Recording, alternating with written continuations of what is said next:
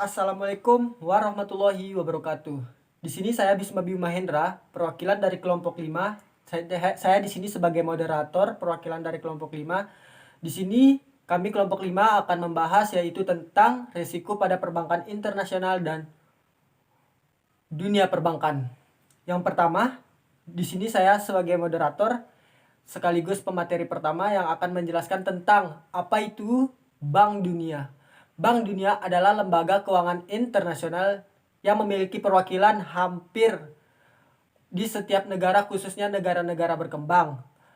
Berbicara mengenai Bank Dunia, berarti akan menggambarkan suatu lembaga keuangan internasional yang memberikan pinjaman ke negara-negara berkembang lainnya sebagai program permodalan.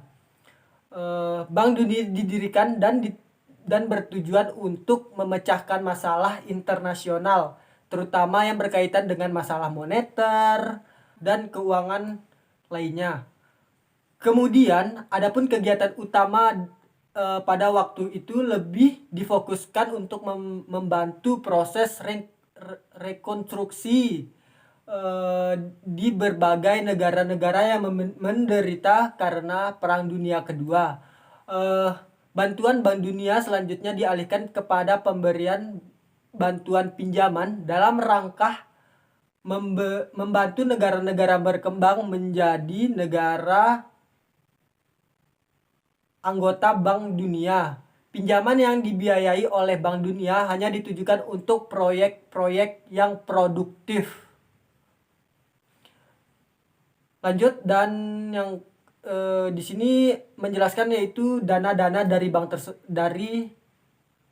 Bank Dunia ini. Dana-dana tersebut berasal dari modal Bank Dunia itu sendiri yang terdiri dari kontribusi pemerintah negara asing dan melalui mobilisasi modal swasta. Modal saham dunia disusun sedemikian rupa sehingga menjadi resiko dalam melaksanakan kegiatan yang dibebankan kepada negara-negara lainnya.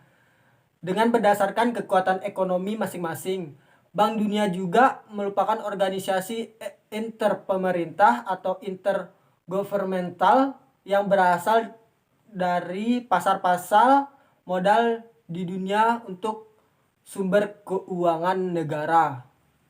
Mungkin itu saja yang bisa saya sampaikan.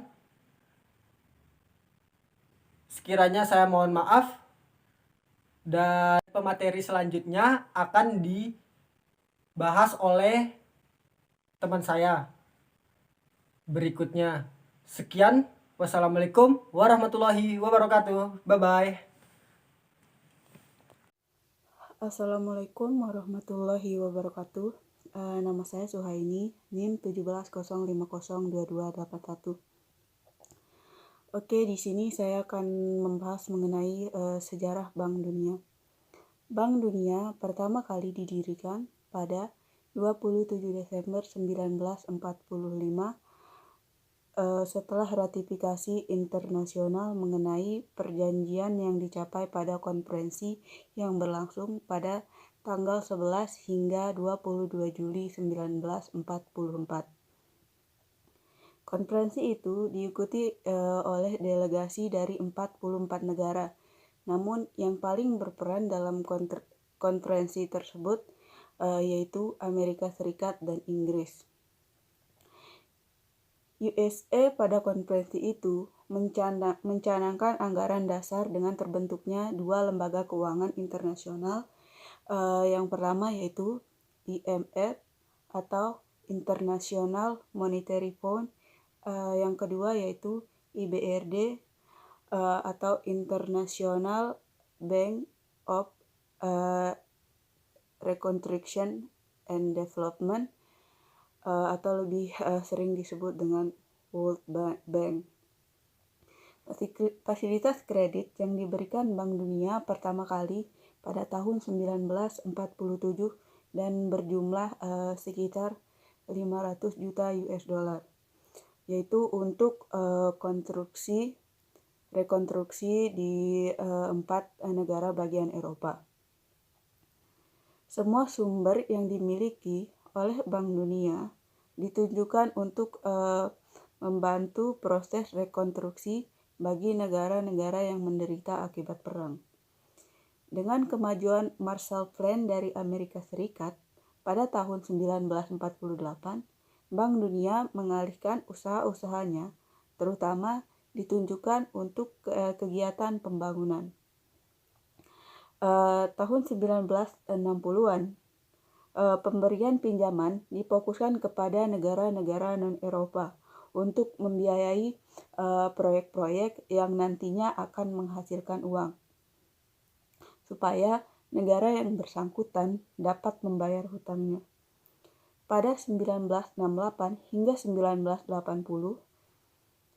pinjaman Bank Dunia banyak dikucurkan ke negara-negara dunia ketiga, yaitu dengan tujuan untuk menuntaskan kemiskinan di negara-negara tersebut.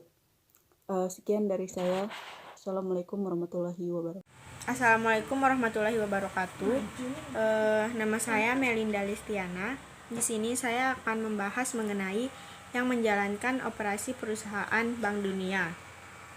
Kekuasaan Bank Dunia berada di bawah naungan Dewan Komisaris yang terdiri dari para komisaris yang mewakili negara anggota. Dewan Komisaris bertemu 1 tahun sekali dan dapat mengirimkan suaranya melalui surat atau kawan, kecuali kekuasaan tertentu yang ditentukan secara spesifik dalam anggaran dasar seperti keputusan keanggotaan, alokasi pendapatan bersih, dan perubahan-perubahan dalam modal saham. Dewan Komisaris menyerahkan kekuasaannya kepada Dewan Direksi yang melaksanakan tugas-tugas mereka secara penuh pada markas besar Bank Dunia di Washington DC. Umumnya, para direksi mengadakan pertemuan seminggu sekali. 5 dari direksi ditunjuk oleh 5 pemegang saham terbesar dan lainnya. Setiap pemilihan suara yang diberikan oleh direksi merupakan jumlah dari suatu yang diberikan oleh negara anggota yang diwakilinya. Pemilihan suara dari setiap direksi itu kemudian diberi bobot.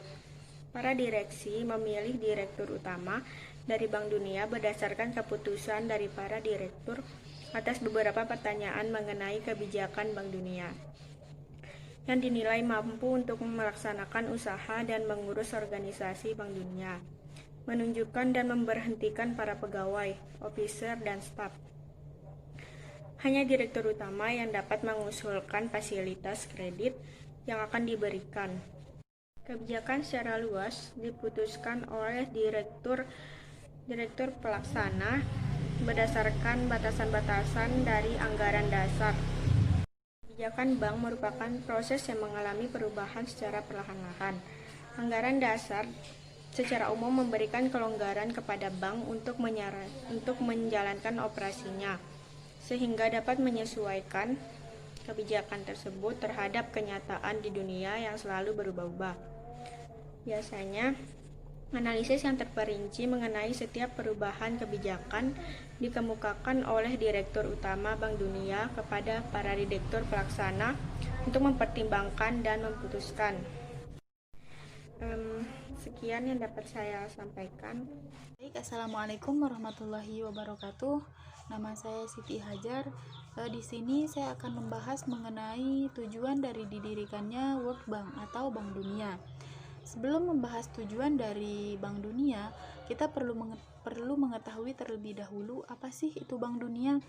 Nah, Bank Dunia ini adalah sebuah lembaga keuangan internasional yang bertujuan untuk meningkatkan standar hidup negara-negara anggotanya. Bank Dunia ini berfokus pada pengembangan perekonomian jangka panjang dan pengentasan kemiskinan. Pada saat awal didirikannya Bank Dunia ini bertujuan untuk membantu proses rekonstruksi negara-negara yang mengalami kerugian akibat perang. Bank Dunia membantu negara-negara korban perang terutama di wilayah negara Eropa. pada saat Perang Dunia Kedua, negara Eropa ini mengalami cukup banyak kerugian terhadap infrastruktur maupun perekonomiannya. Pada saat itu, Bank Dunia membantu negara Eropa untuk membangun kembali infrastruktur maupun perekonomiannya yang telah hancur akibat perang tersebut. Nah, setelah proses rekonstruksi pasca Perang Dunia telah selesai, Bank Dunia ini menggeser fokus tujuannya terhadap pemberian pinjaman. Bank Dunia memberikan pinjaman terhadap negara-negara berkembang yang sedang membutuhkan pinjaman untuk permodalan atau pengembangan negara mereka. Kemudian selain dari tujuan yang telah dijelaskan tadi, tujuan lain dari Bank Dunia ini adalah untuk mendorong investasi lewat jaminan atau pinjaman. Nah, selanjutnya membantu perdagangan internasional dengan cara mempertahankan keseimbangan saldo pembayaran. Yang selanjutnya menyusun pinjaman internasional yang dapat membiayai proyek negara baik proyek negara besar maupun kecil dengan jaminan. Nah, yang terakhir adalah dasar dari kegiatan dilaksanakannya Bank Dunia ini adalah didasari untuk mempengaruhi investasi internasional sehingga dapat menciptakan perekonomian yang damai. Mungkin sekian yang dapat saya sampaikan, kurang lebihnya saya mohon maaf. Wassalamualaikum warahmatullahi wabarakatuh. Perkenalkan, nama saya Sohani Rizkiaweni. Saya dari kelompok 5 dan di sini materi saya berjudul tentang Bank Dunia. Di sini saya akan menjelaskan bagian E, yaitu tentang fungsi dari Bank Dunia. Bank Dunia berfungsi untuk mengurangi serta menghilangkan kemiskinan pada negara-negara terkait. Aktivitas Bank Dunia difokuskan pada bidang pendidikan, pertanian, dan sektor industri.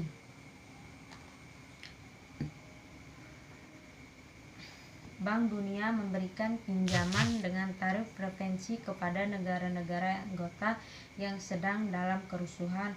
Sebagai balasannya, pihak bank meminta bahwa langkah-langkah ekonomi perlu ditempuh agar tindak korupsi dapat dibatasi atau dengan dikembangkannya demokrasi.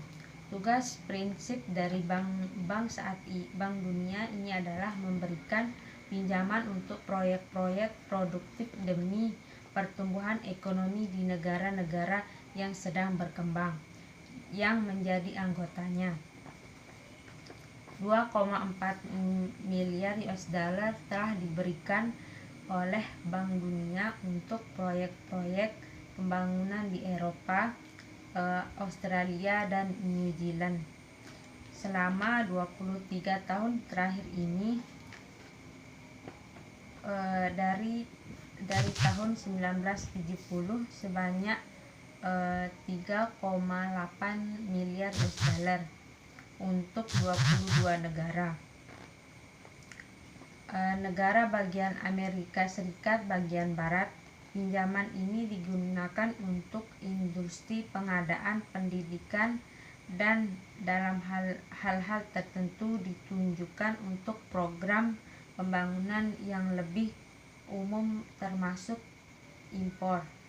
Bank Dunia memiliki 2 keanggotaan, yaitu IFC International Finance Corporation yang memiliki kegiatan pada tahun 1956. Yang kedua IDA International Development Association yang kegiatannya dimulai pada tahun 1960. Kedua lembaga ini membentuk kelompok menjadi Bank Dunia. Keanggotaan dari Bank Dunia merupakan persyaratan keanggotaan IFC yang kegiatannya ditunjukkan untuk sektor swasta di negara-negara berkembang, dan keanggotaan IDA yang kegiatannya ditunjukkan untuk sektor yang sama dengan kebijakan dan sesuai dengan Bank Dunia. Namun bantuan yang diberikan hanya untuk negara-negara yang miskin dengan syarat-syarat yang lebih mudah daripada pinjaman-pinjaman yang bisa diberikan oleh Bank Dunia. Bank Dunia juga mensponsori International Center Decentralized Investment Development atau ICSIDI. Sekian materi dari saya. Wassalamualaikum warahmatullahi wabarakatuh. Di sini saya akan membahas bagian G, yaitu hubungan antara Bank Dunia dan PBB. Perjanjian resmi antara Bank Dunia dan PBB diresmikan pada tahun 1947 yang isinya mengenai kebebasan bank. Melaksanakan kegiatannya karena salah satu anggota ada yang bukan anggota PBB, yaitu Republik Federal Jerman.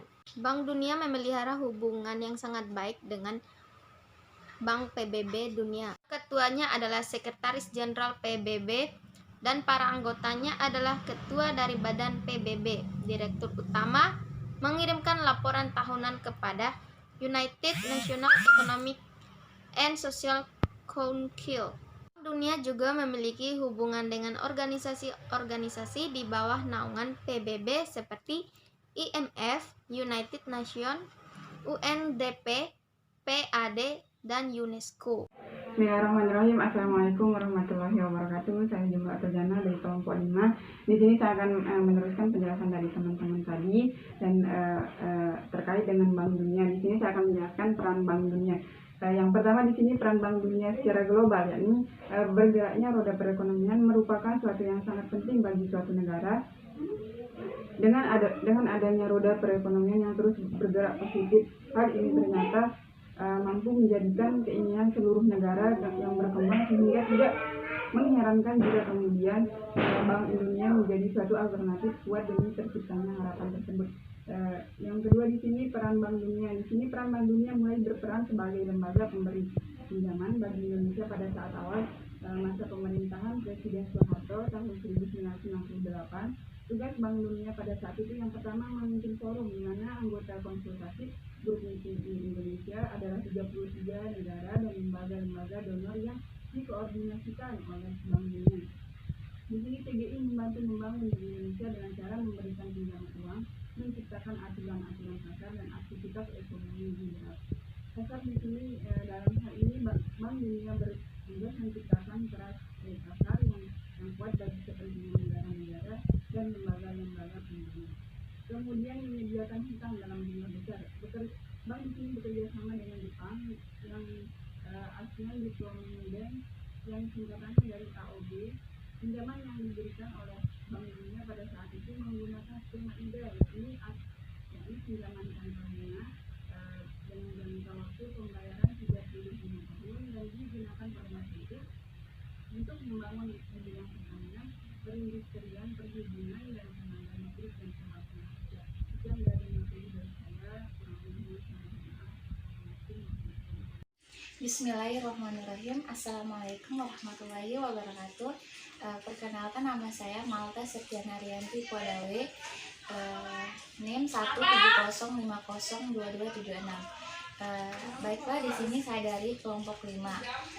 Di sini saya akan menjelaskan sedikit materi tentang kriteria dasar membuat keputusan dalam memberikan pinjaman.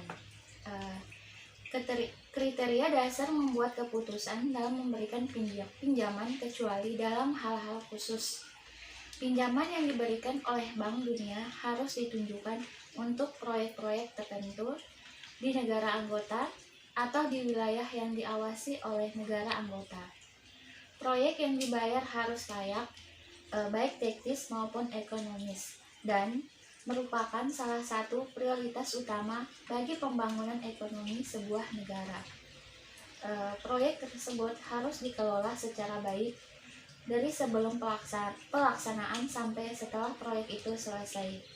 Harus dijaminan yang dapat dipercaya bahwa pinjaman akan dilunasi dan pinjaman tersebut tidak akan merupakan beban bagi perekonomian negara peminjam.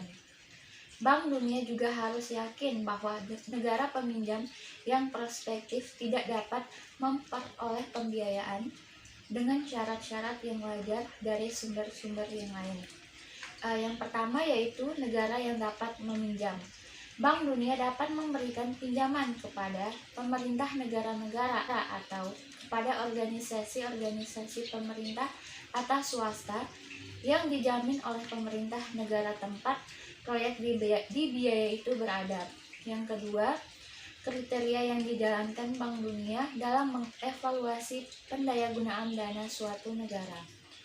Bank Dunia secara periodik mengirim misi ekonomi pada negara-negara anggotanya untuk melihat kemajuan dan masalah-masalah pembangunan di negara tersebut dan kebijakan-kebijakan perekonomiannya. Yang terakhir yaitu proses pengidentifikasian proyek. Suatu negara anggota dapat mengajukan usulan proyek pada Bank Dunia, mengirimkan suatu misi untuk mengamati dan secara khusus untuk mengidapnya bertindak memberikan yang sesuai. Perwakilan Bank Dunia negara peminjam valuta, namun tidak berbeda, dapat mengidentifikasi proyek tersebut. Proyek dapat juga diidentifikasikan oleh badan-badan PBB seperti UNPD, FA, atau UNESCO, informasi yang mendasar dari seluruh sektor perekonomian suatu negara. Baik, mungkin hanya itu yang bisa saya sampaikan. Wabillahi taufiq wal hidayah. Wassalamualaikum warahmatullahi wabarakatuh.